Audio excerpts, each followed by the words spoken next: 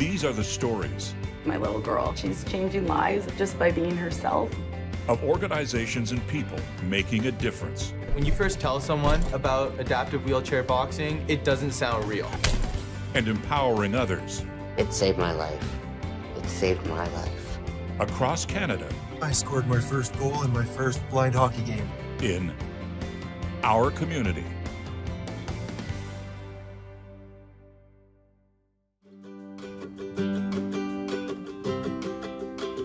My name is Morgan Farnell.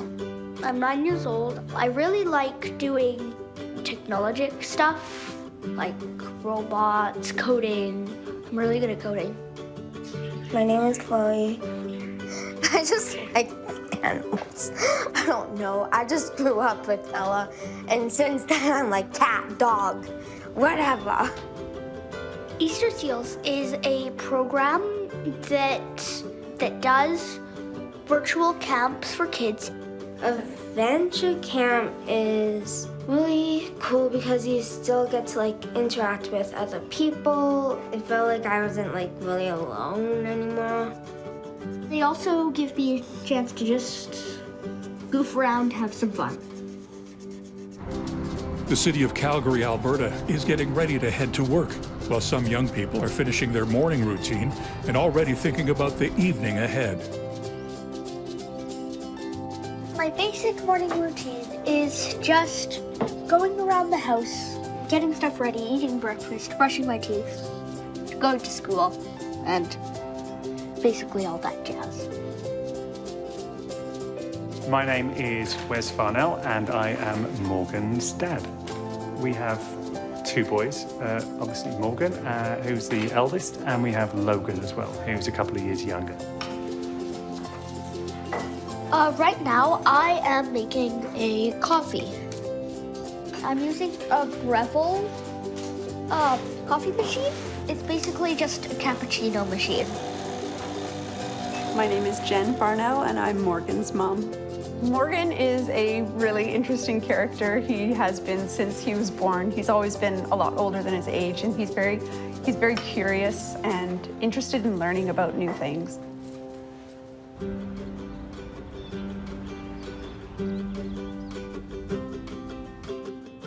My name is Chloe Vacon. My favorite color is pink and purple. My name is Amanda Thompson, and on my left shoulder here is little Pip the cockatiel. I am basically a stay-at-home mom to Chloe. I usually get up before Chloe, and usually she's very hard to wake up in the morning, so you get her ready, and then we come down and have breakfast together. We'll feed animals and then breakfast together, right? Good morning, Puppy Bench, Ocean, Moon, Wayne, and the others. Enoch's a cat, Ella's a dog, Pip is a bird, Puppy is a bird, Bench, Ocean, Cloud, Wayne. All the budgies are birds. 2 guinea pigs, Peanut and Alex, 3 fish and a snail. Chloe is probably the most resilient person I know. and honestly, I look up to her. So she takes medications 3 times a day. Morning around 4 p.m. and then at bedtime. And then she also gets a puffer twice a day as well. You ready? I think she is, I'm gonna cry, but I think she is the strongest person, and she doesn't let anything get her down. She might have a moment where she goes, this feels a lot right now, but she's always able to bounce back and just make everyone just feel good as well. I'm so proud of her. Like, she has had to work through so much more than most kids, and I look at her sometimes and go, I don't know how she hasn't broken yet, but she just has this drive in her that she just doesn't let things get her down. Yay, spelling what she... Yeah, you're gonna start spelling, okay? Don't fall. You ready? So COVID affected just kind of how our every day went. Chloe went from being at school full time to being at home, which I know all kids were at first. And then over the summer, she lost a lot of her chance to go and play with her friends and just run around all summer. There definitely was a sense of loss and a little bit of frustration, and then definitely she worried about what summer would look like for her and if we would have the same kind of fun that we typically have every year. I didn't get to go to camp because of COVID, which was really disappointing.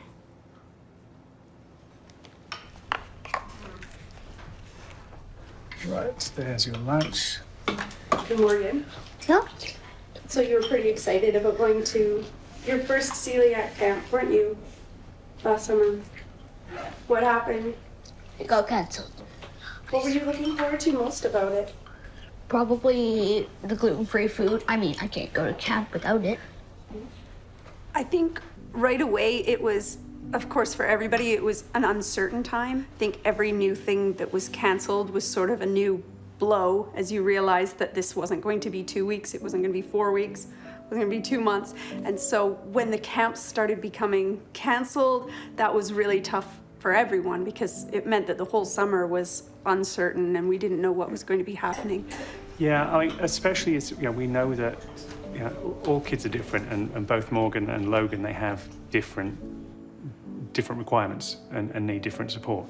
So being at home and trying to keep the kids occupied and on track with school as well was definitely a challenge, and especially as we would have to go away we'd have to be working at some points, and that's when it became much more challenging.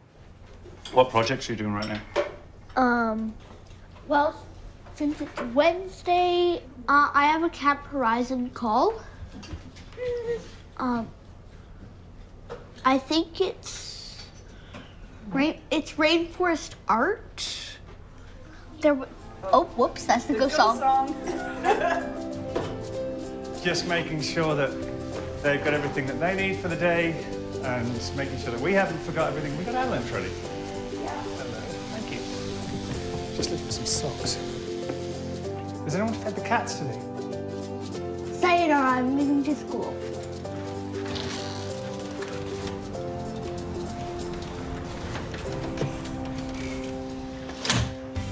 Our community will return after the break.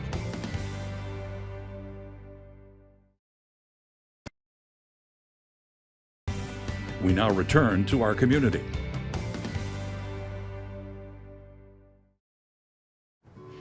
My name is Katherine Such. Currently, my position is Operations Manager at Easter Seals Alberta. Easter Seals is a charity organization that works to really ensure that Albertans with disabilities have the resources that they need to live their life to the best of their abilities. So our vision is to inspire potential, build community, and enrich lives. I think we do that through our programs, as well as a mission to foster inclusion, independence, and recreation.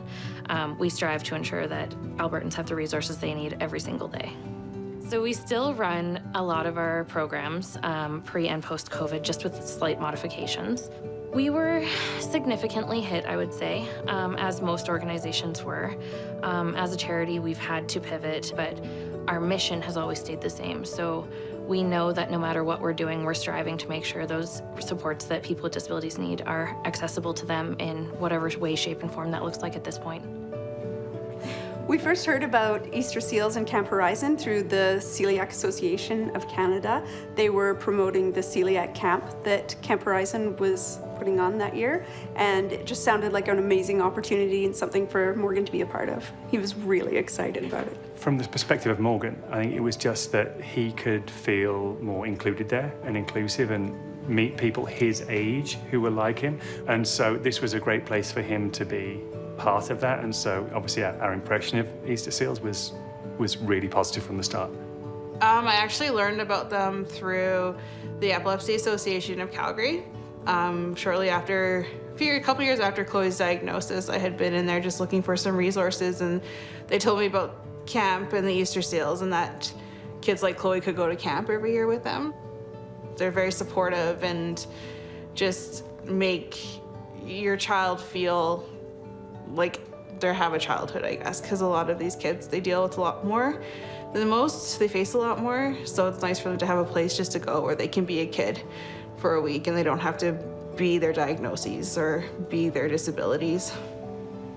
For Chloe, it was definitely a week to remember her first experience. She met a lot of kids. It was really nice for her to meet kids that were like her as well, because she felt a little isolated being the only kid at school with epilepsy. So it was a great week for her to interact with children like her. It felt like I wasn't like really alone anymore, and it just really made me feel happy and comfortable. When we had to suspend our summer camps, we realized that our clients and campers were missing the human connection piece, and being so isolated right now, that can be really challenging. At our typical summer camps, they would feel that they were connected to their own community because they're with kids just like them, and they get to see everyone every year. It's typically the same kids who come back year after year, so they have built this community already, and we felt that they needed a space where they could have that virtually, where they could connect with the people that they already know and meet new people. And so it was that drove us to create this type of virtual adventure camp at home. My name is Bartko. I live with a disability. I live with a disability called CP, so cerebral palsy is the long form. So my name is Jennifer Bartko, and Brad is my husband. We're making some stir fry tonight. One of my favorite meals. With the sweet Thai chili sauce. Yeah. Yeah. Brad is a very big dreamer. I've known that ever since I met him. And in that instance, I'm the realist and he's the dreamer. So we kind of balance each other out in that sense, where he's way up here and I'm like, okay, holding the tether to try to like keep you grounded in that sense. And that's why our relationship works so well, I think, right? Yeah. Just that balance. So Easter Seals is a nonprofit organization that provides equipment and everything for people with disabilities. And they donated a chairlift in my house to allow me to get up and down the stairs for the time being. And then from there, Easter Seals are like, we want you to become the ambassador of our 2012 campaign. So I saw kind of that sense of community, that sense of family, that sense of giving back, that sense of helping, that sense of wanting to put people with disabilities on the map. And they wanted me to be the face of that, to be the voice. In the search for a new ambassador, we typically look at who has attended our programs the year before, what the impact has made on them, and really finding out more about them personally and seeing if they would be a good fit. So hearing that Brad felt that his independence had grown and that has enabled him to continue to become who he is today is truly impactful. We love hearing that he's doing his own programming and starting virtual meetings. We're so thrilled that the community is coming together in such a way to make things more accessible for everyone who needs it. So we're doing a weekly Zoom call, 7 p.m. We're gonna have pump some positivity, talk about the week, what's happening, what's going on, and just be there for some people. There's some people going through some difficult times right now. So it's all about that support and that community. And I've always been taught that when people are down, it's the best thing to do is reach down and pull them up with you. So I said, what if I created a group, a safe space for people to come and just share whatever, non-judgmental, and the rest is history. We've been going for months now, and I've created a family, a secondary family. Hey man, a long time no see. How you doing? It's been a minute, man. It's been a minute, bro. I'm doing real good. You look at technologies like Zoom, Skype, FaceTime, all these different technologies where if there are people, I find more with severe disabilities or I guess mobile issues, that they don't have to leave their home. They could jump on Zoom and see their family, see their friends, and still be able to feel a part of something, to feel a sense of community, and that's what we want. Now more than ever, digital accessibility has been huge for not only our community, but people across the world. Especially during the pandemic, you can't just walk down the street and see your friend anymore, so you're gonna have to become more adaptive in how you're meeting your needs and everyone else's too. So to be able to see everyone and have virtual programs and virtual connections and really just drive authentic, realistic experiences with people is huge. It's making a difference for like everyone involved. Our clients have said that they are so thrilled to be able to reconnect with the kids that they used to go to camp with or the adults that they used to go to camp with, to just like be in a virtual room together and have the experience of talking to people and getting that human connection with people who aren't their everyday caregivers makes a difference and is huge for them. I am Emily Clark. I joined Easter Seals in December 2020. My position with Easter Seals was the program coordinator for the virtual programming. I would describe Easter Seals as being incredibly fun and creative.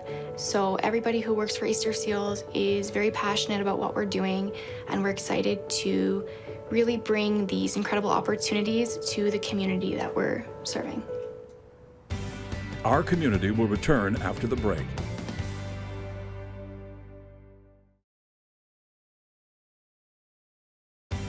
We now return to our community.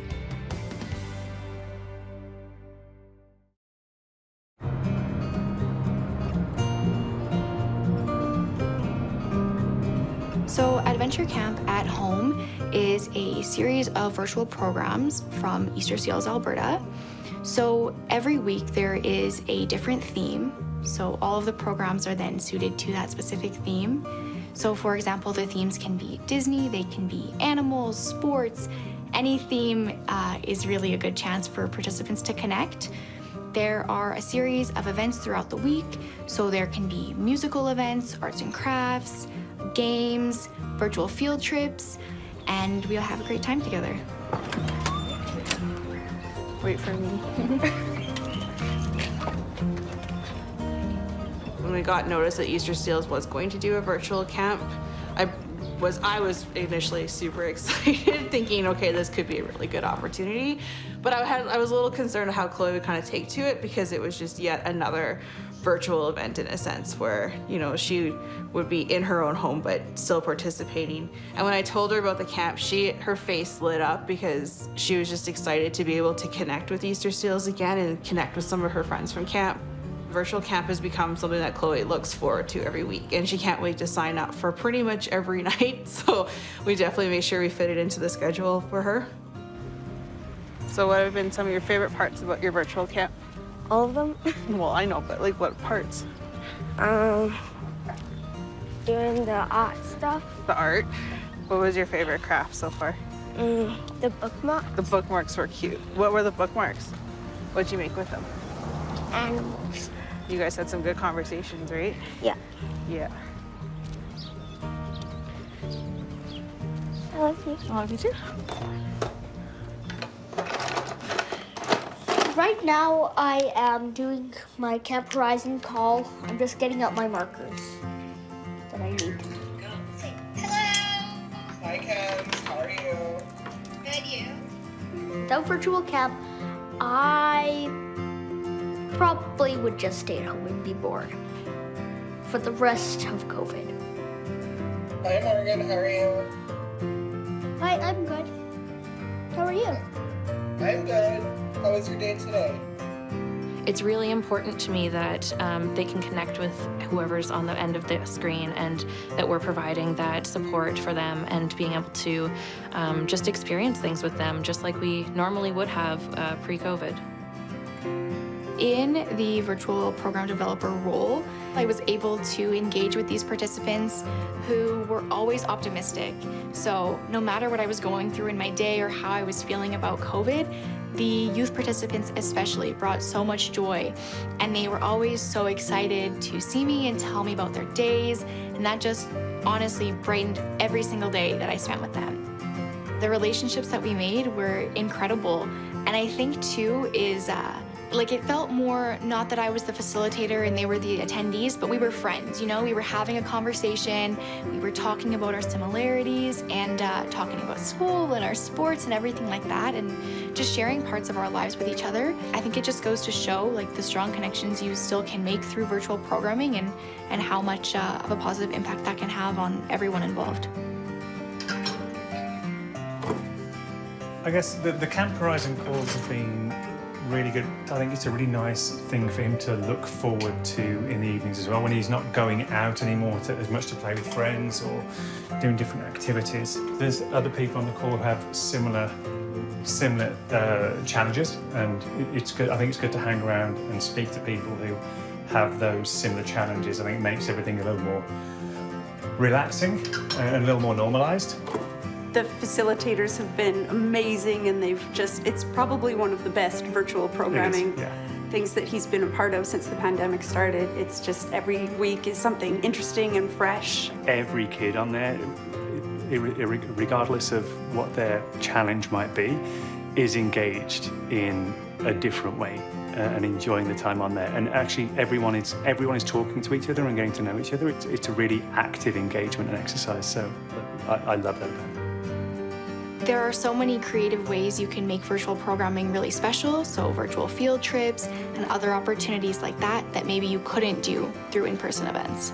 And I think the main benefit is that participants are able to join whenever and wherever from the comfort of their own home.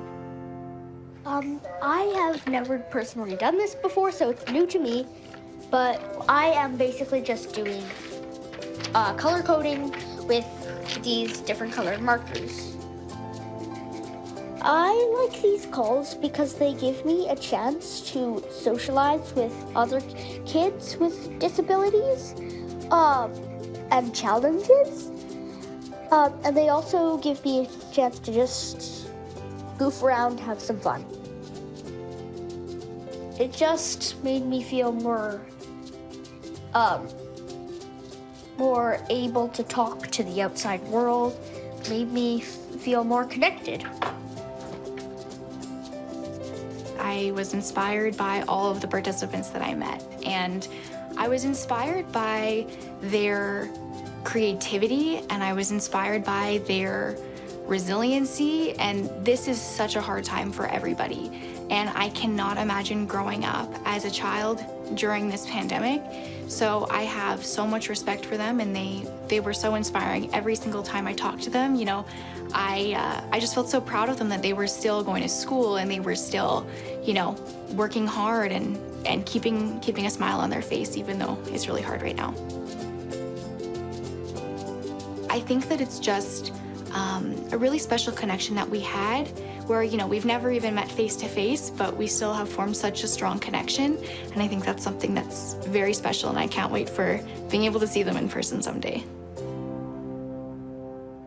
Producers Elise Graham and Amal Mohammed. Directors Tamara Lassard and Amal Mohammed. Writers Tamara Lassard and Amal Mohammed.